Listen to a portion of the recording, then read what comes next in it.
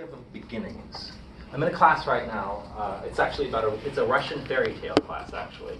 If you're a Russian major, and even if you're not, I would advise you to take it, because it's really not about fairy tales. It's about the structure of myths. But when I say myths, I don't mean something that isn't true, because myths didn't always mean something that isn't true. For a long, long time, in fact, ending only around the time of Socrates, that's when it started to begin to end, we have the idea the idea that myth is just a story, and stories can be true. But moreover, you have people like Philo of Alexandria. He was somebody who was writing in Alexandria, funnily enough, around the same time as Christ, who wrote that the stories of Genesis, even if they were historically true, were true on another level. Were true on the level of spiritual realities. Were true on the level of human realities.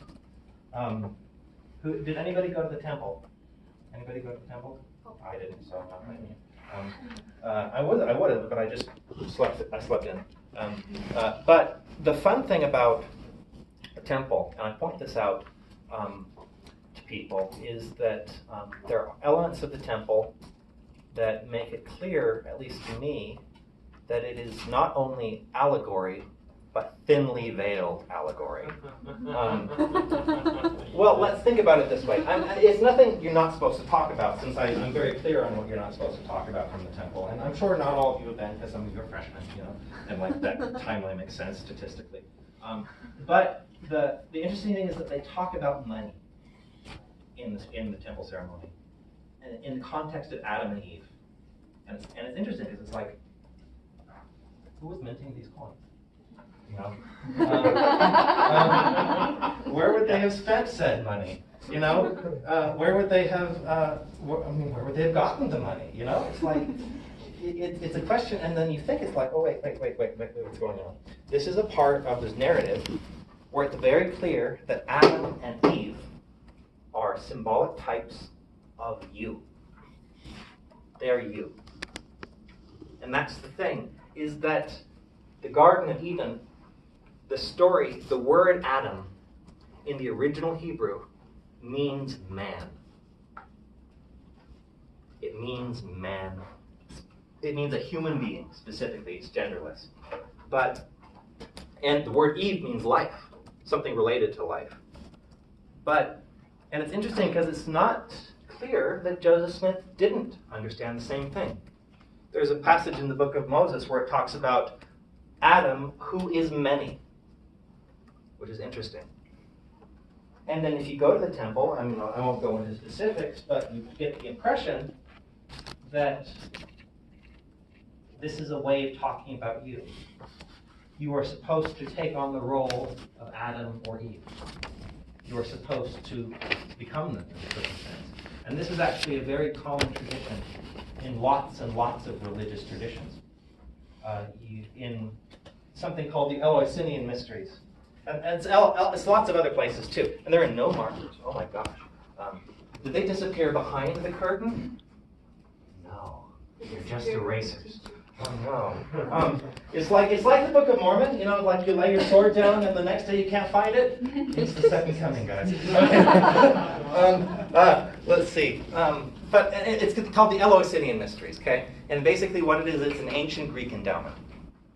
What you would do is, and nobody knows exactly what went on, because people were punished by death if they told what went on. So nobody did, and so we don't know what happened, since they stopped happening after the Christian era. But we know a few things, but we know that the initiates would take on the role of certain deities.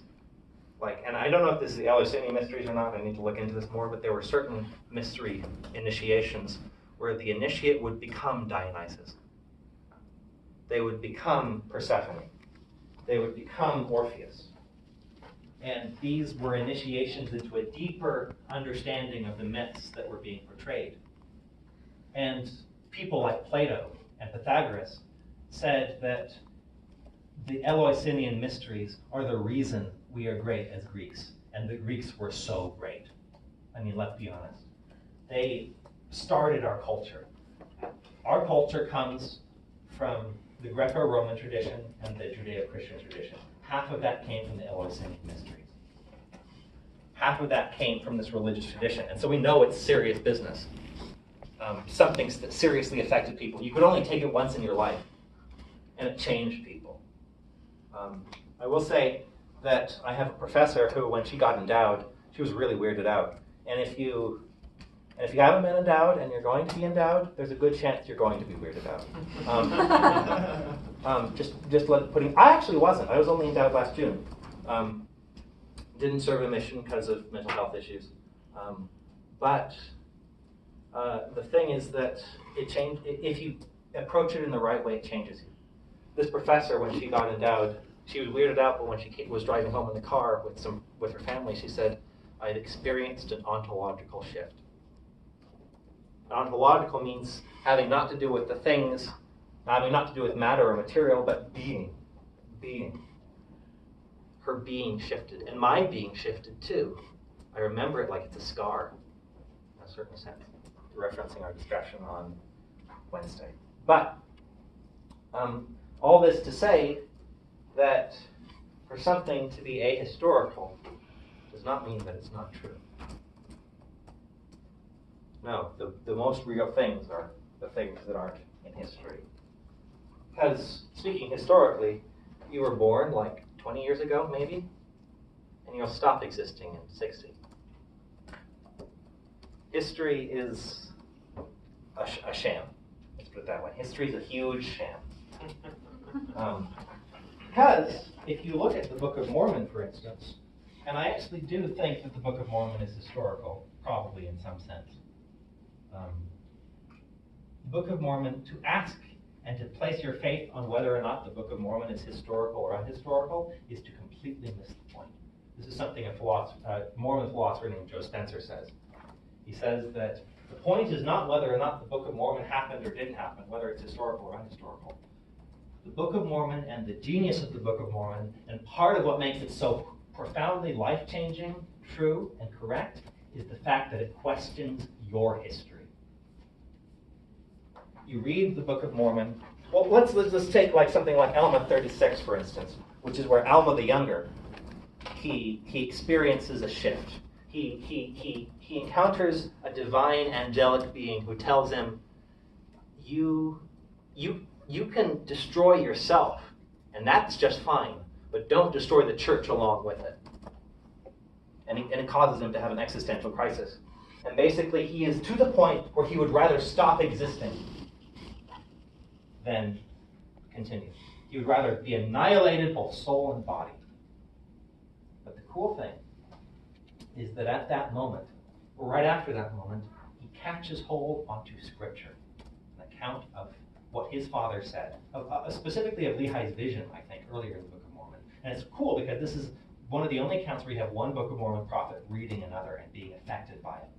What happens is that by catching on to that, he forgets himself. And in forgetting himself, he is remade in that Scripture's image. The Book of Mormon is meant to remake you in its image, in a certain sense.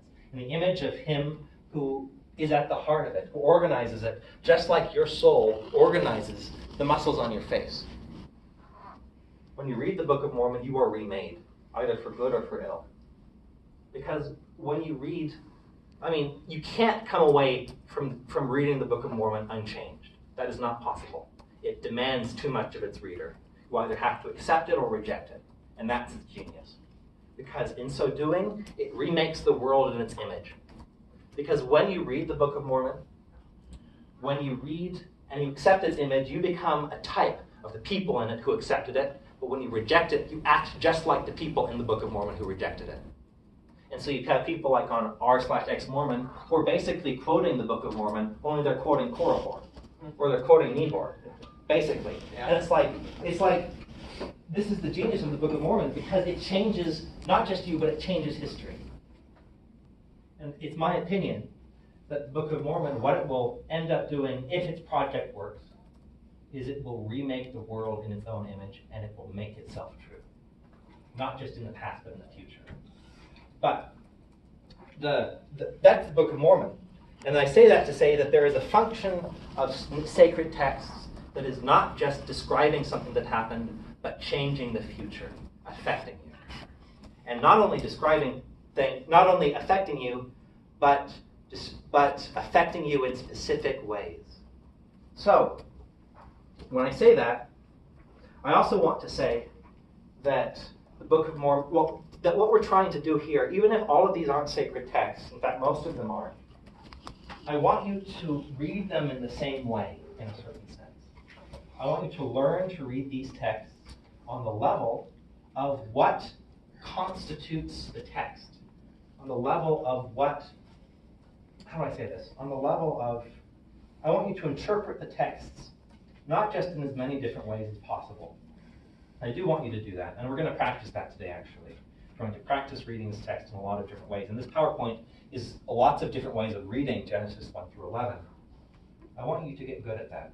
I want you to get good at reading texts in different ways.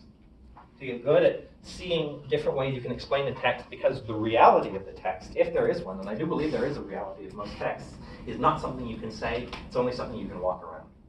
There are currents in the text. There are things that organize it from within, like your soul organizes your face. You can't say what my soul is. You can look at your face, but it's the face, So, let's move on to Genesis. So, speaking about scientific concerns, this is another way that somebody mentions the same thing. We're talking about the scientific accuracy of Genesis 1. And it's iffy, right? Because it's like, well, this is the favorite thing that atheists will say, is that if there was a light there on the first day, why was the sun only created on the fourth day, right? Why was the moon, where was the light coming from, right? What is this light, And people have various responses to that if they want to commit to biblical literalism.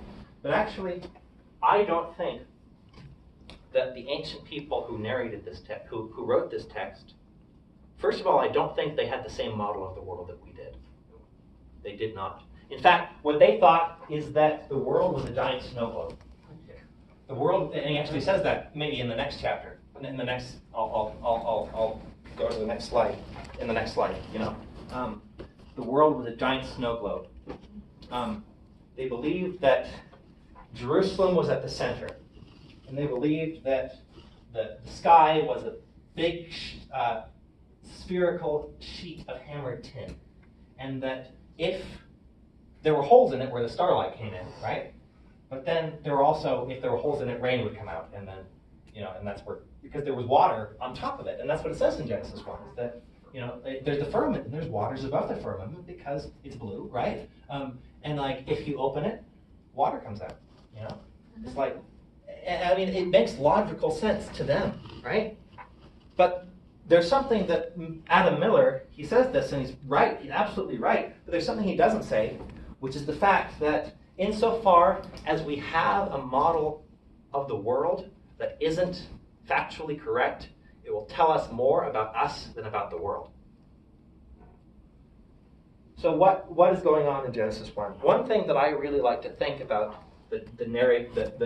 about the Genesis creation stories and the Adam and Eve stories is that they are subliminal ways of talking about the human condition in ways that even the authors didn't understand. In ways that the divine part of them, inspiring them, displayed in symbolic images. So, there's this guy that I study, his name is Swedenborg.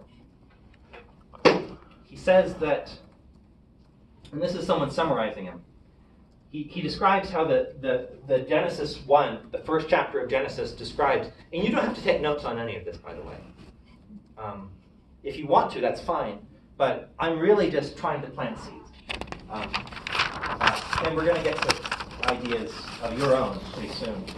But what he says is that what this is about it's about the conversion of the human being. You are a dark, formless mass before you encounter the light of God. There is nothing there. Not nothing, but nothing meaningful. And then the first act of conversion is the act when you realize that I am not God. When you realize that there is a light in me that is not me, and that if I trust it, if I trust this light in me that is not me, then things will go better. And that's the first day, the separation of the light from the darkness. The second day is the distinction between the parts in you that belong to that light and the parts in you that belong to the darkness. And so this is the separation of the waters from the waters, right? The third day is, I forget what happens on the third day, but it's the seeds. Yeah, it's the seeds. So you remember Alma 32, right? He plants the seed in your heart. This is the above planting seeds in the below. This is conversion. This is the moment when there's a bit of the below that is starting to change. The fourth day is when there are two lights kindled in your inner self. And what are these two lights? Well, this is actually very consistent across scriptures, though nobody will tell you this, is that the two lights, the sun and the moon, are love and faith. This is what Swedenborg thinks anyway. Love, that is the light that if it's there, you don't have to rely on faith. And faith, the thing you use when love goes away. The thing that illuminates the darkness, because in the darkness you need faith. Just like in the darkness you need the moon. And on the fifth day, it's not only light, there starts to be something living in you. And when you say living, I mean divinely living, full of life. But at this point, they're only fish and fowl, fish and birds. That is, they're things that you say, that flit about, things that aren't a living soul, so to speak. But they're things, so you start to speak and write from a place of life and of spirit. But on the sixth day, you get to the point where your acts are spiritual. And that's the animals. And then on the seventh day, and then also on the sixth day, you get to the point where God creates his own image in you, and you become an image of God. Yeah, go ahead.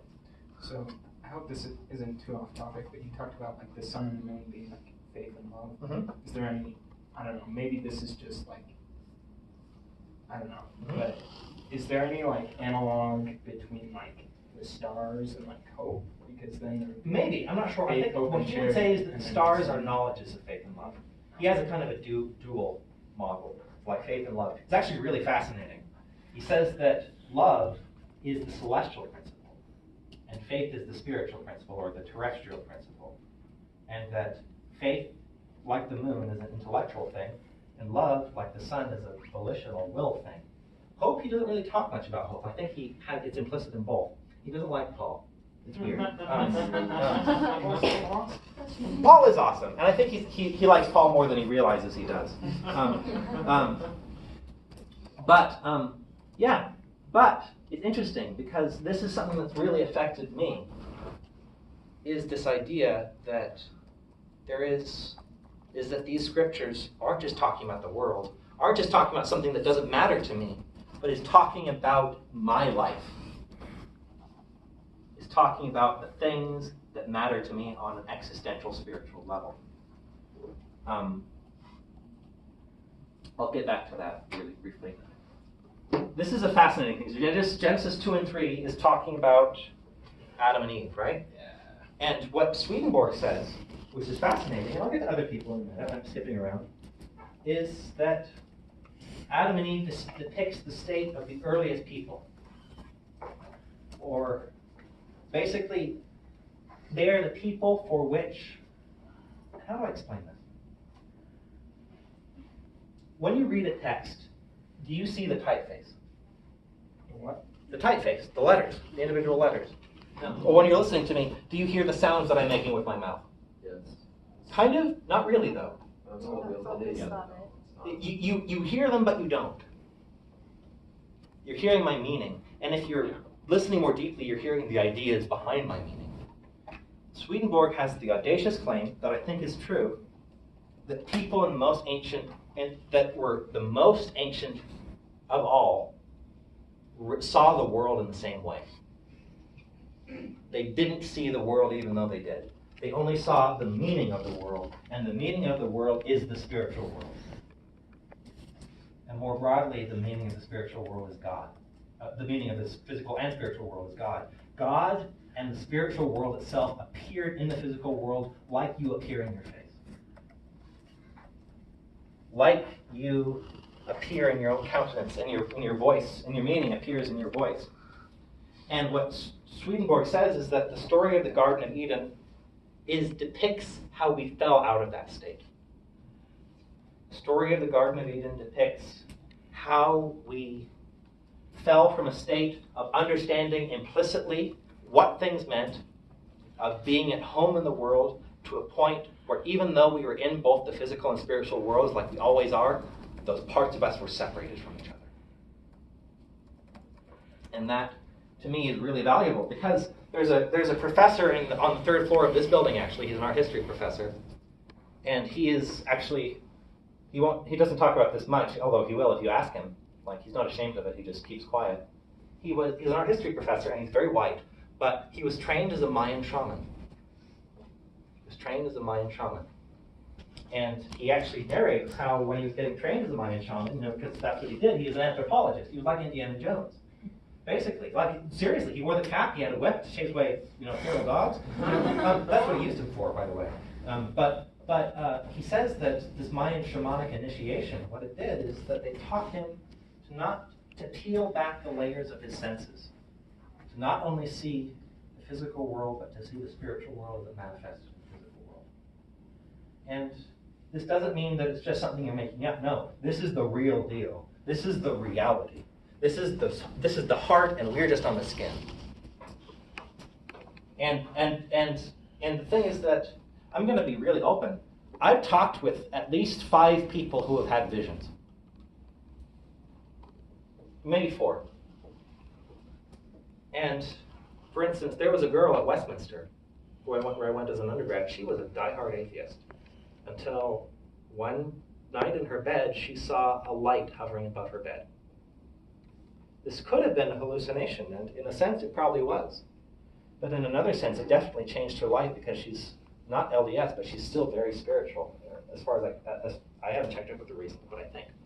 She also, when she was at the Salt Lake Jetty, she saw an angel above the water that actually turned into a honeybee, a spiritual image of a honeybee, and then disappeared. It's like, and then there was another friend that I had who, I actually dated her for a while. She broke up with me, which I'm still not over. I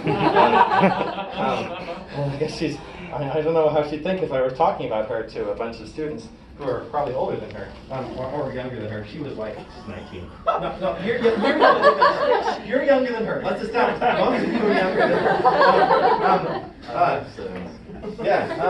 But she was young for my age, let's put it that way.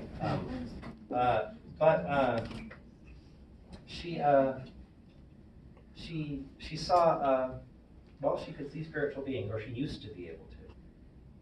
And she actually reported that she could see the spirits of nature beings, the spirits of the spirits of plants and the places. I had another friend who, on a trip to Iceland, and who knows about the hidden folk? Anybody know about the hidden folk? You did? What are the hidden folk? Oh, just like the original, like kind of fairy magical spirit beings in the nature. Specifically in Iceland, specifically in Iceland, because it's like, here's the crazy thing: 10% of Icelanders absolutely know they exist. 10%. Yeah, go ahead. It's not just in Iceland, because I was in the Philippines on my mission, and they also believe in the same type of little things. Yes, the Philippines for sure. Indonesia as well. Japan and Peru. Yeah. It's. But what's interesting is that I've noticed this. I wasn't going to say this, but like, all these places seem to be volcanic places around, because the Philippines is in the big ring of fire, right? I don't know what that means yet. But it seems like earthquake, volcano. Yeah. Oh, I mean, I know what that means, but I mean, like, I don't know what it means that these things are like. Yeah. Maybe they like lava. I don't know. But she was in a forest, and she felt distinctly that she was not supposed to be there. Like, this is just a feeling, obviously. I don't think she was making it up, but I guess you can make that claim. But she got the distinct feeling like something very territorial was defending the place. But I was going to say, like, 10% of Icelanders believe in them. 10% absolutely do not. 80% are somewhere in the middle, which is incredible. It's like, this is a secular country, like one of the most liberal countries in the world, like in the bad way of being liberal. I think. Well, they're also really inbred. No, because it's like they have to have an app. There's a dating app purely to tell if you're related. because there's such a small population. We need those for Mormons. We do, yeah, we totally do. Yeah, we totally do. I'm probably related to most of you. I mean, if you're... If you have your family history app, you can check Yeah, it yeah, out. for sure. Yeah, that's funny. Everyone in the But, and then, let's see, I think that's most of it. But anyway, the idea being that there is another reality behind this one. And I study near-death experiences. Did you have a question? You want to ask a question? No. Okay, go. But I study near-death experiences, and I study the accounts of people who take psychedelic drugs. And they're actually very similar, a number of them, the near-death experiences to certain psychedelic drugs. But they come away, a number of them, not all of them, but they say a number of them that was not a hallucination. That was the most real thing I've ever experienced. That was more real than this life. They come away saying that a number of people who take a specific drug called DMT, which is a really powerful drug, not addictive, by the way. No psychedelics are addictive. In fact, there's been a study that's been done at Johns Hopkins where they did psilocybin treatment, where and psilocybin is magic mushrooms. 8 out of 10 of them, they were all cigarette smokers. 8 out of 10 of them stopped smoking cigarettes and didn't ever start again. Yeah? That's cool. Oh, cool. Oh, he's a professor. I'm like, No, yes, son? that's cool. My child. Okay. But yeah, it's but like what they say in these experiences is that this was real. This is so real. And that's what Swedenborg says, is that this world is more real than anything you could possibly imagine. Because this is a shadow of that world. But here's the interesting thing, is that it's not just Swedenborg. This is, I'm a huge fan of Islam, certain types of Islam. I mean, I don't like ISIS. I like the Egyptian goddess, but not the terrorist jerks. Right, yeah. You know? But like, there's a specific sect of Shia Islam called the Ismailis. And actually people have written about how similar Mormonism and Ismailism are, actually. And they have the idea, which is actually very parallel to Swedenborg's idea, that in the Garden of Eden story, how does he put this? That because people talk about like the rib was taken out of Adam to make Eve, and that somehow is implying that women are less than men. And a lot of people have interpreted it that way, both to subvert and suppress women and to attack Christianity and Judaism. But that's not how they read it. In fact, they read that Eve is more like a mirror. That when the rib was taken out of Adam, that means that Eve is a symbolic representation of the inner parts of man, of the inner parts of humanity. And just talking as a man, as a male human, as a straight male human, I will say that a lot of my attraction to women isn't about the woman. And I think you'll find this, especially as men, is that there is something, and this is really problematic too, because this makes a lot of men not actually respect women because they are trying to get at to what is disclosed to them through the individual woman. But it's like there is a Sufi saying that the closest you can get to knowing and loving God is to love a beautiful woman. And when I say this, it's like, and I'm trying, and this is controversial, and I never said this in a class before, but I think that, well, it's not, I mean, I think that to love specifically the beauty, not just of a woman, but any type of beauty, is almost a spiritual experience for me. And it's problematic because it's like, and this is right at the heart of this esoteric Islamic tradition, is because the idea is that beauty discloses God. You know, and it's like, well, too bad if you're ugly then. You know? But it's true that you have a religious experience when you encounter the beautiful. And that's what he's trying to say, is that the relationship, and these are all men writing, obviously, the relationship specifically of a man to a woman is a relationship of encountering the divine in the woman. And so it's not that the woman is inferior, anything but. They're a revelation of the divine. Their bodies, anyway. Their souls, too, but in a different way, right? It's controversial, obviously. And this is just an idea, right? But yeah, this is the same idea. This is Ibn Arabi talking about it. Here is a guy named James Hillman talking about the Garden of Eden story. James Hillman was a Jungian psychologist. He's a controversial Jungian psychologist because he didn't really like science that much.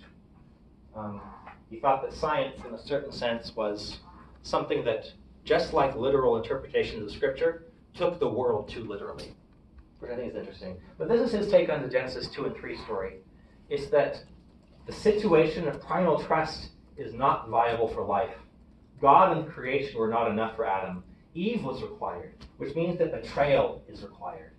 It would seem that the only way out of that garden was through betrayal and expulsion, as if the vessel of trust cannot be altered in any way except through betrayal. We are led to an essential truth about both trust and betrayal. They contain each other. You can't trust without the possibility of betrayal, and you can't have been betrayed unless you trusted. They contain each other. They need each other in a certain sense. It is the wife who betrays her husband, and the husband who cheats on his wife. Partners and friends deceive. The mistress uses her love for power, and vice versa. The analyst, the therapist, discloses the patient's secret. The father lets his son fall. The promise made is not kept. The word given is broken. Trust becomes treachery. And so what he's trying to say is that this story is also talking about the fact that to enter into life, you need to be betrayed. And I bet you could feel that, at least in certain readings of the story, that Adam and Eve were betrayed. They felt like, we lived in this good place. And just like you lived in a good place. You were in a womb for 9 months, for heaven's sake. And it's like, and you lived as a kid when everything was provided for you. It's like, that goes away, and it has to. And it's a betrayal. In fact, there have been certain psychologists, Freudian psychologists, who say that most of the trauma of human history is repeated birth trauma. Is that we haven't come to terms with the trauma of being born. And it's no picnic to be born. I mean, it's no picnic to give birth. But imagine, you were all born. And it's not fun. It's a trial and initiation of its own. You have to be squeezed. Your skull has to compress. And this is nothing like the 9 months of idyllic paradise you would experience before. You experience a betrayal by the world when you were born. And if all goes well, you experience on the other side of that a reconnection with what you had been a part of through eye contact. Through a realization that, yes, I am connected with her, but in a different way now. And in a certain sense, that's what religion is about. There's a book